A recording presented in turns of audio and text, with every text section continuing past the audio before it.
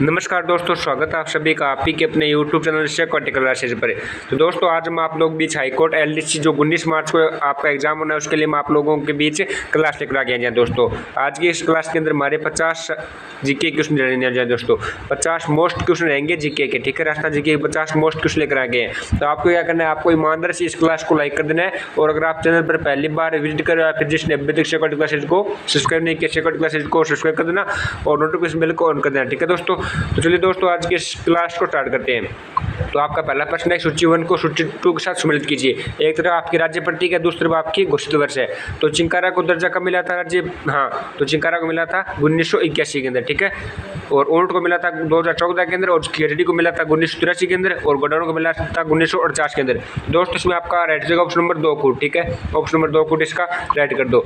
अगला प्रश्न आपका है कि राज्य में प्रोजेक्ट इंडियन बस्टर्ड कब प्रारंभ किया गया? दोस्तों इसमें आपका राइट जगह ऑप्शन नंबर 2 2013 ईस्वी में राज्य में प्रोजेक्ट इंडियन बस्टर्ड प्रारंभ किया गया था। अगला प्रश्न आपका है कि राजस्थान की राज्य वृक्ष खेजड़ी का उपनाम नहीं है।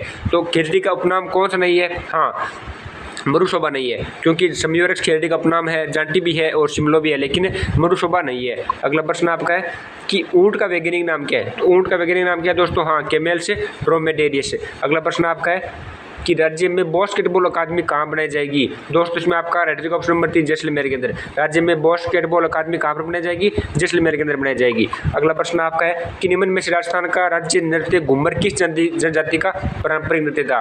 तो दोस्तों इसमें आपका राइट क्या हो जाएगा? इसमें आपका राइट जगह ऑप्शन नंबर 2 भील, ठीक है। जो राजस्थान का राज्य नृत्य घूमर वो किस जनजाति का प्रमुख नृत्य था? हाँ, भील जनजाति का था। अगला प्रश्न आपका है कि निम्न में से कौन से साक्ष्य कालीबंगा उत्खनन से प्राप्त हुए हैं? दोस्तों इसमें आपका राइट क्या हो जाएगा? हाँ, बेलनकार मोहरे हुई है और लाल रंग की मिट्टी की बर्तन हुई है और भूकंप की प्राचीन साक्ष्य हुए हैं, ठीक है। तो इसमें आपका राइट जगह ऑप्शन नंबर 3 कूट 1, 2 व 3 सही है। अगला प्रश्न आपका है कि कालीबंगा सभ्यता की खोज किसने की? दोस्तों इसमें आपका राइट जगह ऑप्शन नंबर 1 अमलानंद घोष ने कालीबंगा सभ्यता की खोज की थी। अगला प्रश्न आपका है कि कालीबंगा सभ्यता के संबंध में ऐसे कथन का चयन कीजिए। ऐसे कथन कौन सा है? तो दोस्तों हाँ, ऐसे कथन कौन सा है? कालीबंगा उत्खनन से 3 स्तर नगरीय प्राप्त हुई, सही है। और यह एक ग्रामीण सभ्यता है जिसका नाम उत्खनन में प्राप्त है। काले रंग की चूड़ी के कारण कालीबंगा पढ़ाई भी आपका राइट है। और हाँ, लकड़ी की नालियों के अवशेष कालीबंगा से प्राप्त हुए, आपका गलत है, ठीक है। तो ऑप्शन नंबर 3 इसका राइट हो जाएगा। अगला प्रश्न आपका है कालीबंगा सभ्यता को सिंधु घाटी सभ्यता की तीसरी राजधानी किसने कहा? तो दोस्तों इसमें आपका राइट होगा ऑप्शन नंबर 3 है दशरथ शर्मा ने, ठीक है। कि कालीबंगा सभ्यता को सिंधु घाटी सभ्यता की तीसरी राजधानी किसने कहा? दशरथ शर्मा ने कहा। ऑप्शन नंबर 3 इसका राइट कर दो। अगला आपका 1853 क्रांति के समय तांते टोपे ने निम्न में से राजस्थान के किन नगरों पर अधिकार किया था? दोस्तों इसमें आपका राइट क्या हो जाएगा? हाँ, बांसवाड़ा और झालावाड़ पर किया था, 2 पर किया था, बांसवाड़ा और झालावाड़ पर। ऑप्शन नंबर 2 इसका राइट कर दो, ठीक है। 3, 1 और 2, ठीक है।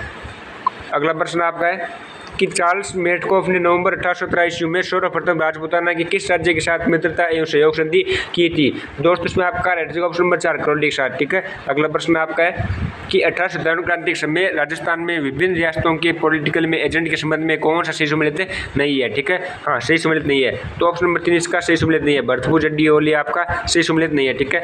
अगला प्रश्न आपका है कि खेरवाड़ा सैनिक छावनी का मुख्यालय कहाँ पर स्थित है? दोस्तों इसमें आपका right option number Udaipur, option number 2 इसका राइट कर दो कि खेरवाड़ा सैनिक छावनी का मुख्यालय कहाँ पर है? उदयपुर के अंदर है। अगला प्रश्न आपका है कि जयदयाल और मेहराब अली खां का संबंध कहाँ के विद्रोह से था? दोस्तों इसमें आपका राइट हो जाएगा ऑप्शन नंबर 1 कोटा से था, ठीक है। अगला प्रश्न आपका है कि आवास दिल्ली प्रस्थान एडिनबरा छावनी के सैनिकों का नेतृत्व किसने किया था?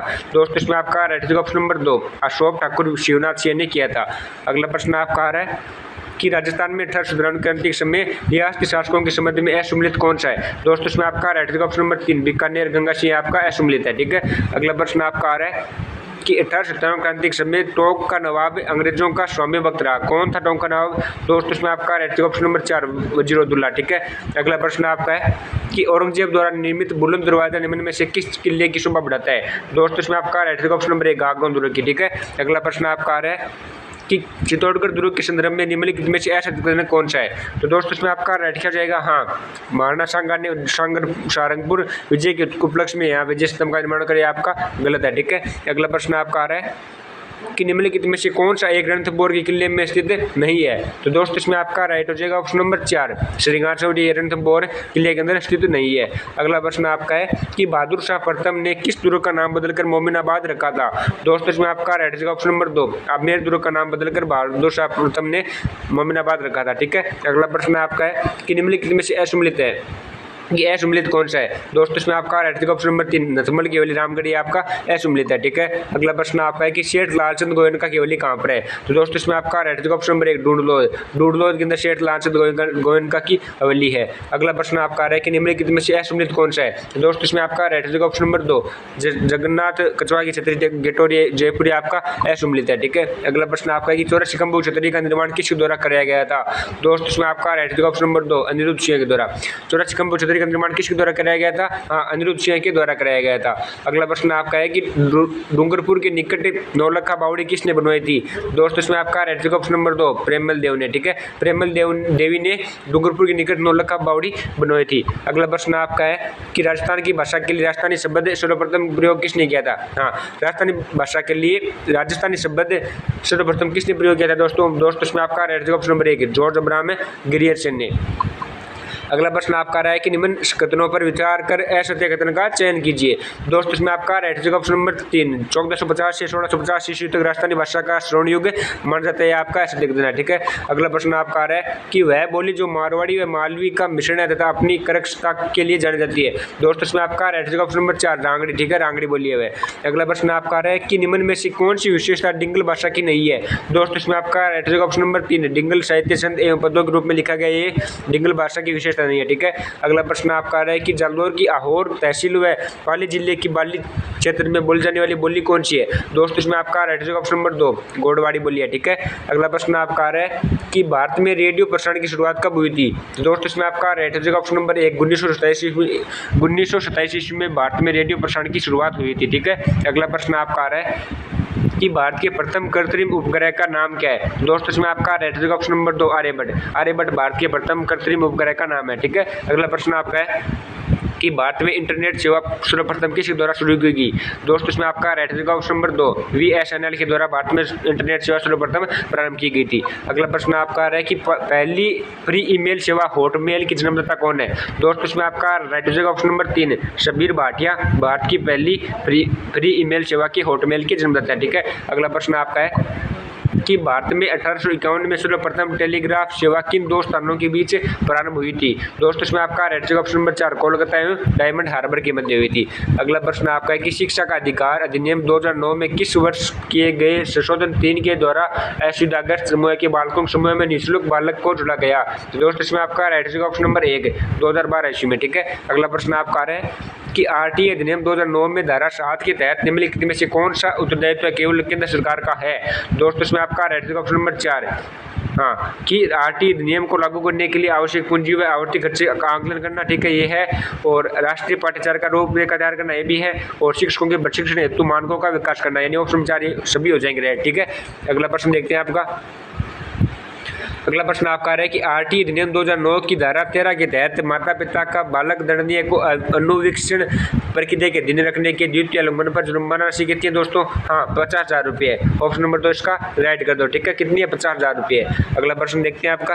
अगला प्रश्न आपका है कि RTA अधिनियम 2009 के अंतर्गत सत्य कथन कौन सा है। ठीक है, हाँ, सत्य कथन पूछा आपको, सत्य कथन कौन सा है। तो सत्य कथन हो जाएगा संविधान के अनुच्छेद 29-30 के दिन रहते हुए यह अधिनियम लागू हुआ था। ठीक है। अगला प्रश्न देखते हैं आपका।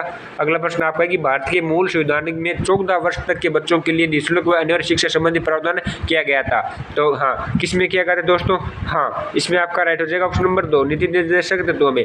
नीति निर्देशक तत्वों में भारत के मूल संविधान में 14 वर्ष तक के बच्चों के लिए निःशुल्क व अनिवार्य शिक्षा संबंधी प्रावधान किया गया था। ठीक है।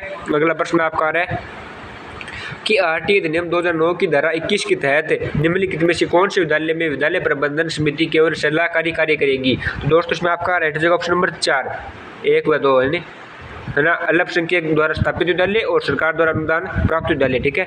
अगला प्रश्न आपका है कि यदि कोई बालक 11 वर्ष की उम्र में विद्यालय में प्रवेश करता है तो उस विद्यालय में प्रवेश दिया जाएगा, किस आधार पर दिया जाएगा दोस्तों।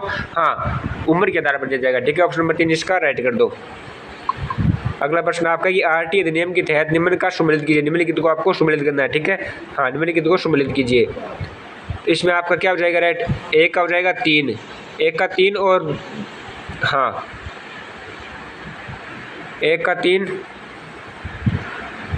और 2 का 4, 3 का 2 और 1 का 1, ठीक है।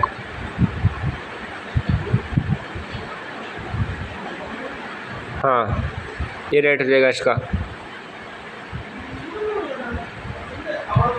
ठीक है। 3 2 सॉरी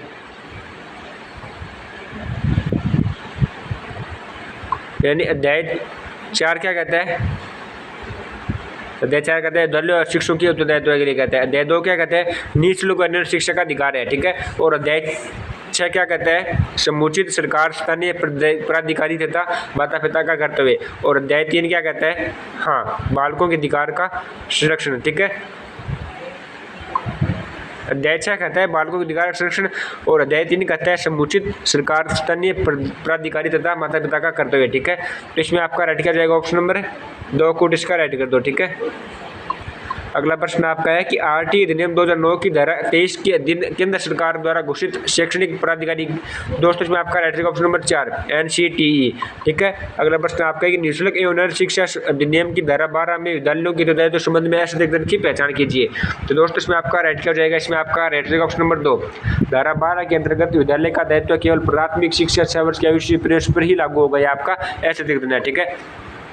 अगला आपका है कि वर्ष 2019 में किस धारा में किए गए संशोधन के अंतर्गत यह प्रावधान अंतर्गत किया गया है कि समुचित सरकार कक्षा 5 या 8 की पुनः परीक्षा में उत्तीर्ण होने पर बच्चों को उस कक्षा में रोक सकती है। दोस्तों इसमें आपका राइट ऑप्शन नंबर 3 धारा 16 के अंतर्गत, ठीक है। तो ऑप्शन नंबर 3 इसका राइट कर दो। अगला प्रश्न आपका है कि सही सम्मिलित कीजिए, आपको सही सम्मिलित करनी है और आपको कोर्ट का चयन करना है, ठीक है। हाँ, तो छात्र शिक्षण अनुपात हो जाएगा 25, ठीक है। तो इसमें आपका राइट हो जाएगा ऑप्शन नंबर 2 कोर्ट, ठीक है। छात्र शिक्षक अनुपात कितना हो जाएगा, 25 हो जाएगा। और पाठ्यक्रम मूल्यांकन प्रक्रिया 39 और विद्यालय विकास योजना 22 और प्रवेश के लिए आयु का सबूत हो जाएगा 14, ठीक है धारा। इसमें आपका कोर्ट 2 राइट कर दो इसका, ठीक है। कोर्ट 2 इसका राइट कर दो। आज का अंतिम प्रश्न आपका कि निम्नलिखित में से ऐसे अधिकरण कौन सा है, ऐसे अधिकरण बताने हैं आपको, ठीक है। हाँ, कोर्ट के अंदर आपको ऐसे अधिकरण बताने हैं। तो राजस्थान का अक्षांशीय विस्तार 8 डिग्री 47 अक्षांशों में है, ये आपका गलत है। राजस्थान की उत्तर दक्षिण पूर्व पश्चिम लंबाई क्रम से 820 और 969 है, आपका गलत है। और राजस्थान की उत्तर दक्षिण पश्चिम पूरी बिंदु क्रम से कोरना बोरगुंडा सलाना खंडरा, यह भी आपका गलत है। और राजस्थान की उत्तर दक्षिण पूरी पश्चिम बिंदुओं को मिलाने और सीधी रेखा जमीन में प्रतिनिधित्व करती है, ये आपकी चारों गलत है, ठीक है। चारों ही गलत दे रखी है दोस्तों। इसमें आपका कोर्ट 4 सही हो जाएगा, ठीक है। 26 गलत है दोस्तों। आज की क्लास यहीं पर समाप्त होती है। आपकी 50 में से कितनी की सही है ईमानदार से कमेंट करके बताना। और आपने अभी तक शेकोटी क्लासेज को सब्सक्राइब नहीं किया, शेकोटी क्लासेज को सब्सक्राइब कर देना और क्लास को लाइक कर देना। धन्यवाद दोस्तों। बंदे शेकोटी class like share and subscribe शेकोटी क्लासेज, धन्यवाद।